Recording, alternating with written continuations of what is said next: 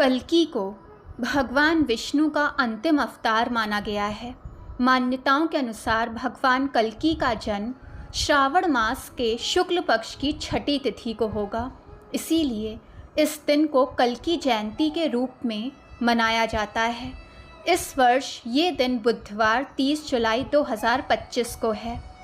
मान्यता है कि दशावतार श्री विष्णु का अंतिम अवतार कल्कि के रूप में होगा। ये दिन श्रावण मास के शुक्ल पक्ष की छठी तिथि को ही मनाया जाता है। इस दिन को जन्म उत्सव के रूप में मनाया जाता है।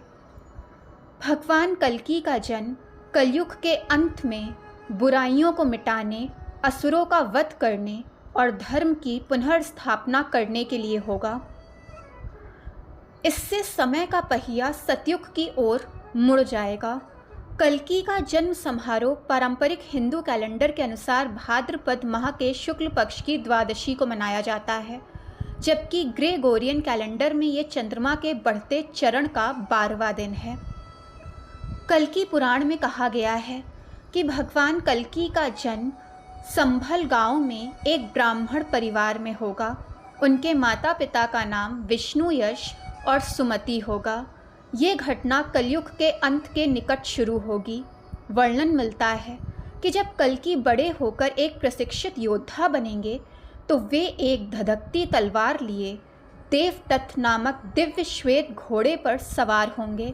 उनके साथ एक बोलने वाला तोता शुक होगा, जो भूतकाल, वर्तमान काल और भविष्य काल सब कुछ जानता होगा। इसके बाद वे दुष्ट राज्यों और असुरों से लड़ने के लिए दुनिया भर में भ्रमण करेंगे। कल्कि के पास प्राणियों को नियंत्रित करने और उन्हें अधर्म करने से रोकने के लिए योगियों जैसी शक्तियाँ होंगी।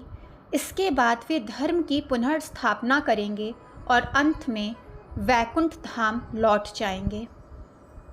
त्योहार के दिन भक्त सुबह जल्दी उठते हैं, सूर्योदय से पहले स्नान करते हैं।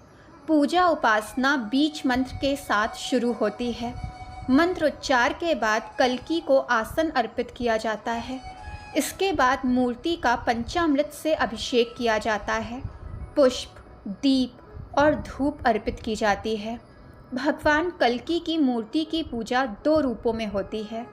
पहले स्वरूप में वे तलवार लिए घोड़े पर सवार होते हैं। कभी कभी दुष्टों का संहार करते हुए दिखाई देते हैं। ये रूप उत्तर भारत में प्रचलित है। दूसरे स्वरूप में उन्हें घोड़े के मुख के साथ सीधा खड़ा दिखाया जाता है, जो दक्षिण भारत में प्रचलन में है। इस अवसर पर हरि स्तोत्र, विष्णु सहस्त्र नाम, ओम नमो भगवते वासुदेवाय और अन्य मंत्रों का 108 बार जाप किया जाता है। इसके बाद उपासक दान देते हैं। कल्कि पुराण विष्णु के 10वें अवतार कल्कि के बारे में वर्णन करता है।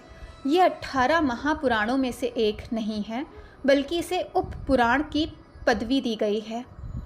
ये संस्कृत ग्रंथ संभवतः बंगाल में उस काल में रचा गया था जब इस क्षेत्र पर बंगाल सल्तनत या मुगल साम्राज्य का शासन हुआ करता था।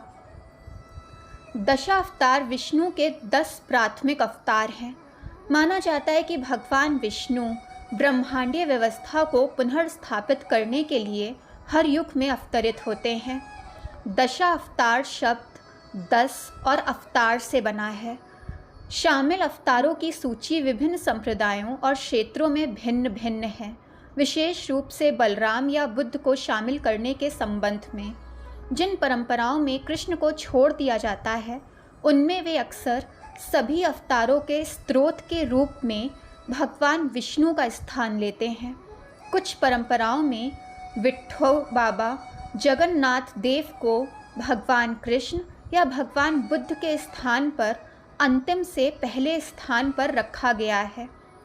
एक को छोड़कर सभी अवतार प्रकट हुए हैं और वो अवतार कल्कि का है, जो कलयुग के अंत में प्रकट होंगे। दोस्तों, जानकारी पसंद आई हो तो चैनल को लाइक, सब्सक्राइब एंड शेयर करें ताकि चैनल की नोटिफिकेशंस आपको मिलती रहें।